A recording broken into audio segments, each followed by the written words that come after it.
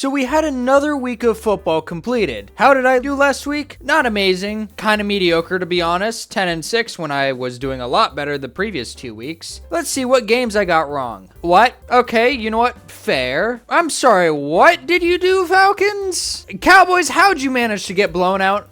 And same with the Cardinals. It was a 50-50 matchup and I picked the upset. It was not 50-50 picks, but don't lose, when you have the lead. And all right, another kind of toss-up matchup. The Ravens are worse than we think they are, and the Lions are in fact back. And last week I also did the spreads. How did I do there? About 10-6 as well. Yes, I know my overall rank is pretty low and my percentage is low. Well, it's because I missed the first 2 weeks. So ignore those for basically the entire year. Just look at the week. And what I get? Okay, you know what? Fair.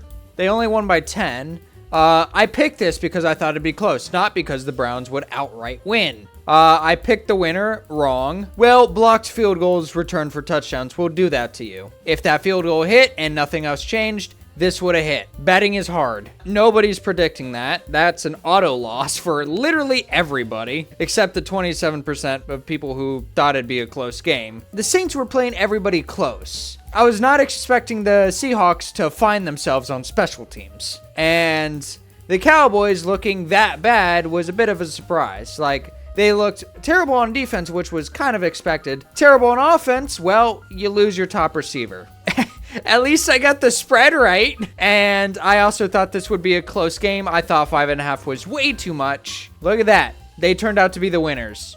I thought it'd be a 3-point game. So I'm going to try to redeem myself this week and not only get 10 games right. We're going to try to get back to the 13 or better. Starting with the Thursday night game with the Seattle Seahawks and Arizona Cardinals. The Seahawks looked really good against the Saints. Granted, the Saints are one of the worst teams. And the Cardinals, they played the 49ers, which is a tougher team. But, the Marvin Harrison drops don't help. The Seahawks have looked pretty decent throughout the year. The Cardinals have also looked decent. But with how these teams have been playing, the Cardinals have been kind of okay, not really super impressive, and they just lost their starting running back in James Conner for the season. The Seahawks are kind of riding high, and I expect them to edge this one out over the Cardinals. In terms of spread, it's a close spread, and the Cardinals are favored for some reason. I guess they are the home team, and these two teams aren't that far apart, in my opinion, but I'm going to take the Seahawks here. I'm picking them to win. They should cover this spread. Up next, we have the Vikings and Steelers. So I believe J.J. McCarthy is still going to be out for the Vikings, but Carson Wentz looks pretty decent. The Vikings defense has played pretty well throughout the season, and the Steelers offense has not really been that impressive outside of week 1, which I believe was kind of a fluke. I don't believe that's the Steelers offense. I think the Steelers offense is going to be scoring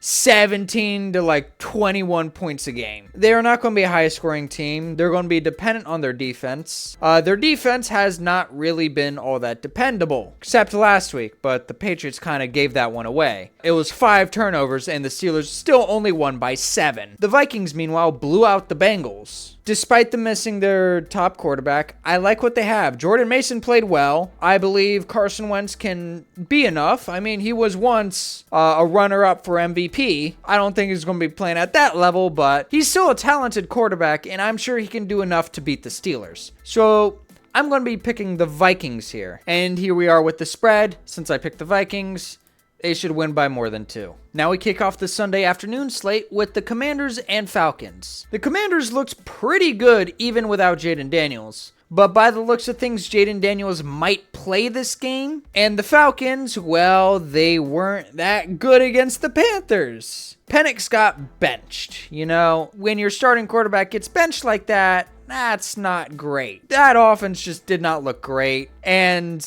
it wasn't like the defense played all that bad.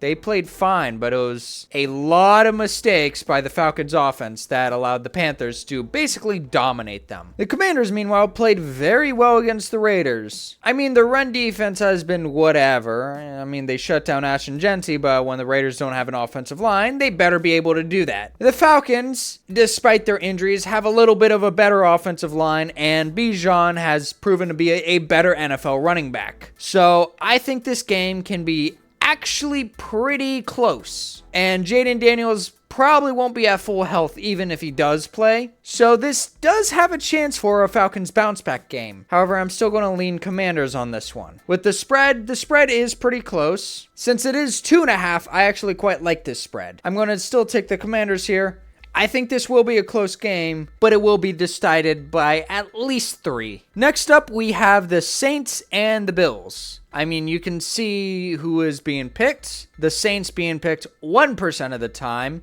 and the Bills being picked 99% of the time. Also, those chances are pretty crazy to have the Bills minus 1,800 for this game. Pretty fair. The Saints looks pretty awful last week, and even if they play a little bit closer, I'm taking the Bills. This spread is actually laughable. Last week, I made the mistake of picking the Bills 12.5. 15.5 in an NFL game is ridiculous. I don't care if we've seen that kind of performance a lot. I don't think the Bills will need to score that much. I think they're going to be leaning on their run game to basically bleed the clock out and win by, 2 scores, but not 3 scores. So I'm actually going to take this spread for the Saints. Like I said, the Saints have been playing teams close. I don't think it'll be a 1-score game, but I don't think it'll be necessarily a 3-score game. I just don't think that's how this game's going to go. So whatever you do, if you bet any money on this game, do not put the 15.5 on the Bills.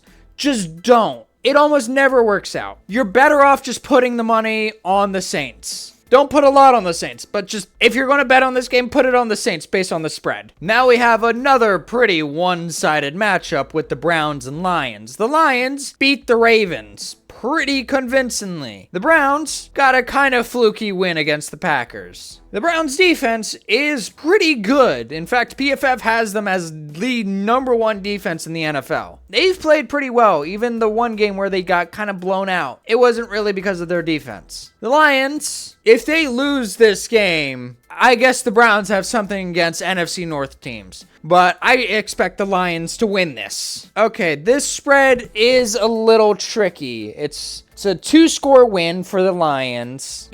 I don't know. I could definitely see this being a little bit closer. I could see this being a 1-score game, like a 20-14 type of game. I could definitely see a world where that is, but I'm actually going to take the Lions here. I think they win something like 24-13, something like that. Not necessarily a high flying, but I think the Lions defense can create a turnover or 2. Joe Flacco has been throwing picks like crazy. Now this is an interesting matchup.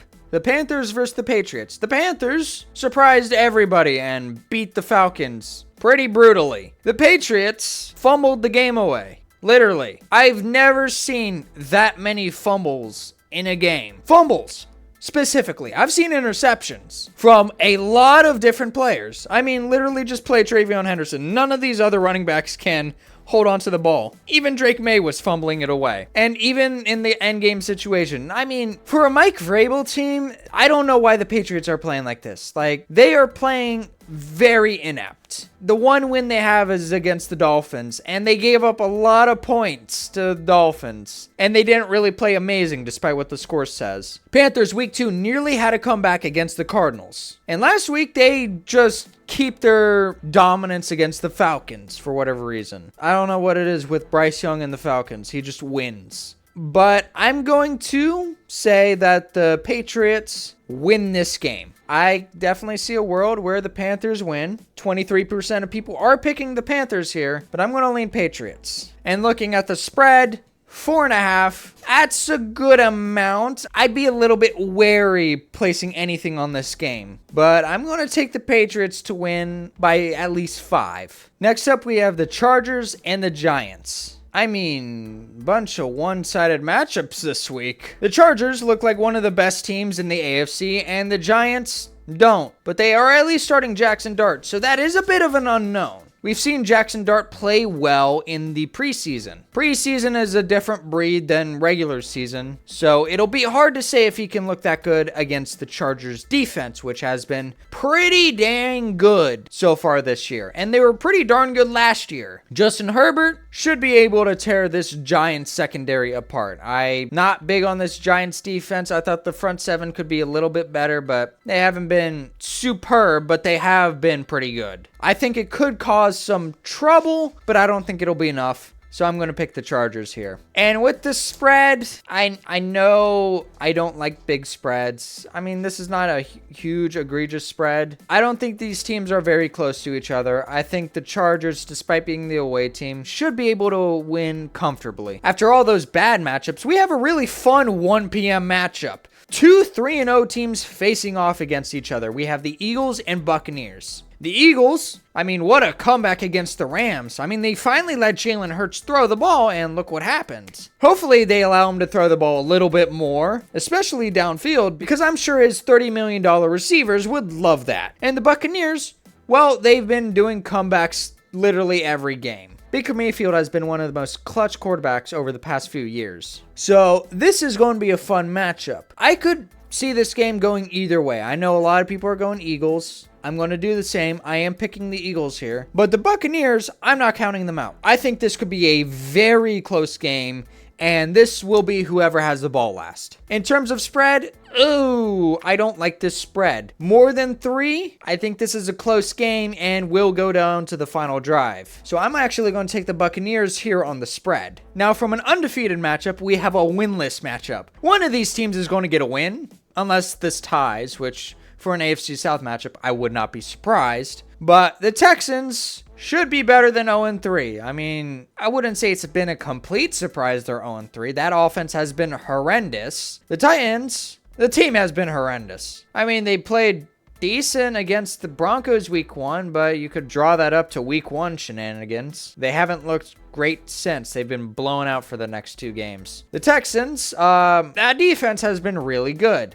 The offense has not. So if at any point the offense for the Texans has a bounce back week, it would be this week. Otherwise, if the offense looks terrible this week again, Texans fans should be in full-blown panic mode, because if the offense looks bad against the Titans, they're not going to look good against anybody. So I'm still going to pick the Texans, because I think that defense is really, really good. And I don't think the offense has to put up more than 17 points to win this game. But I don't know. This game could get weird. I'm looking at this spread. I am actually terrified to pick the Texans here. 6.5 is way too much. For that reason, I'm going to pick the Titans. I hate this spread for the Texans. To be honest, it wouldn't surprise me if this is a 13-10 game. I would not put any money on this spread for the Texans. Now, here's a fun matchup that we didn't expect to be fun. We have the Indianapolis Colts at 3-0 and the Rams at 2-1, who really should be at 3-0 if it weren't for the 2 blocked kicks and maybe scoring a few more touchdowns. The Colts, they've punted 1 time, and Daniel Jones has looked like a completely different quarterback. The Rams, they've played some good teams. They've played the Eagles last week, and really tough loss there. The Colts, meanwhile, I mean, I guess the one decent team they've played is the Broncos, but they haven't looked great. I mean, you could really chalk the Broncos up to being in like more of a mid-range team than a real contender. So, for that reason, I'm going to actually lean towards the Rams here. I think the Colts' undefeated streak ends here. Look, if the Colts beat the Rams on the road, the Colts are legit. I will be the first to say the Colts are legit if they beat the Rams here. I just don't think they are. And in terms of spread, not loving the more than a field goal, but I'm still going to take the Rams here. We have another California matchup with the Jaguars facing the 49ers. The Jaguars offense has not been great over the past 3 weeks. They have shown flashes over the first 2, and then I get it, tough defense, but those drops were not really on the defense. Speaking of defense, both defenses have been really good this year. I mean, the 49ers haven't really allowed anybody to score more than 20 points on them, and the Jaguars lead the league in turnovers. So, this is going to be a very low-scoring matchup. However, the 49ers are dealing with a lot of injuries, especially some big ones. Nick Bosa is out for the season, and George Kittle is out for at least a few more weeks, not counting all the other injuries, including to their wide receiver core. Now, they still have some good players on there. The two X factors here for the 49ers are Fred Warner and CMC. How those two play, I think, will determine how this game goes. If CMC doesn't really get going in this game, this leaves the opportunity for the Jaguars to win it. And Fred Warner, it's going to be up to him to lead that defense and make sure the Jaguars offense doesn't have a bounce back game here. The 49ers will likely get Brock Purdy back for this game, but I doubt he'll be 100%.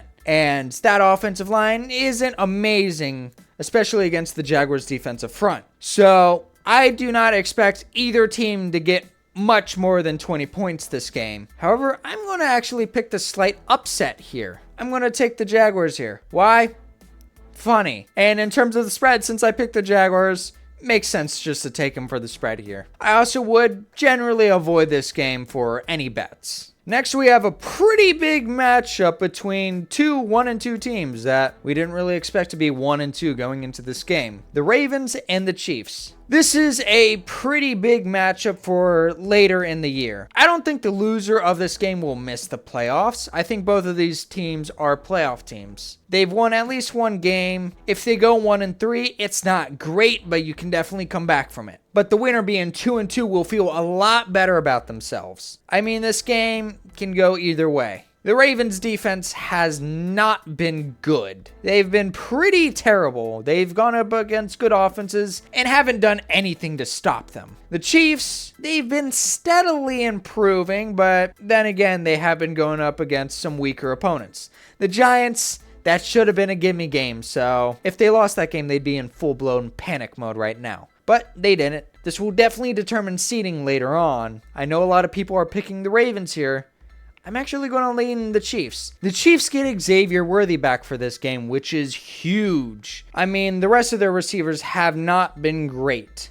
So getting at least one of their weapons back for this game will be huge for them. I think this is going to be a very, very tight game, and pretty much who has the ball last. And in terms of spread, because I picked the Chiefs, I'm also going to pick them here. And we have another matchup between two 1-2 teams. This one a little bit less exciting. The Bears, I mean, they looked a lot better against the Cowboys. I mean, the Cowboys defense has been giving up a lot of points and yards, so you'd hope they would look good against that defense. And the Raiders, they don't have an offensive line and really haven't been utilizing their best players. I guess Trey Tucker's their best player, because what kind of performance was that? But I'm going to lean a little more Bears here. Raiders, I think they're a little bit of a better team than their record has shown, but that offensive line has been pretty brutal for them. And in terms of spread, I'm taking the Bears as well. Now we have a Sunday night matchup that is going to be very intriguing. Micah Parsons makes his return to Dallas. The Packers drop a random game to a really bad team for some reason, pretty much due to their weakness of offense. Their offense has not been clean over the past 2 weeks, and it kind of finally bit them, and Jordan Love threw a back-breaking interception at the end of it. The Cowboys are going to be missing their top receiver. Not great. And that defense has been pretty horrendous. So despite the Packers offense not looking great over the past 3 weeks, I'm going to say they look pretty good against the Cowboys. That spread is also very generous for the Packers. Makes me a little nervous about this game, but with how bad the Dallas Cowboys defense is and the Cowboys missing their top receiver,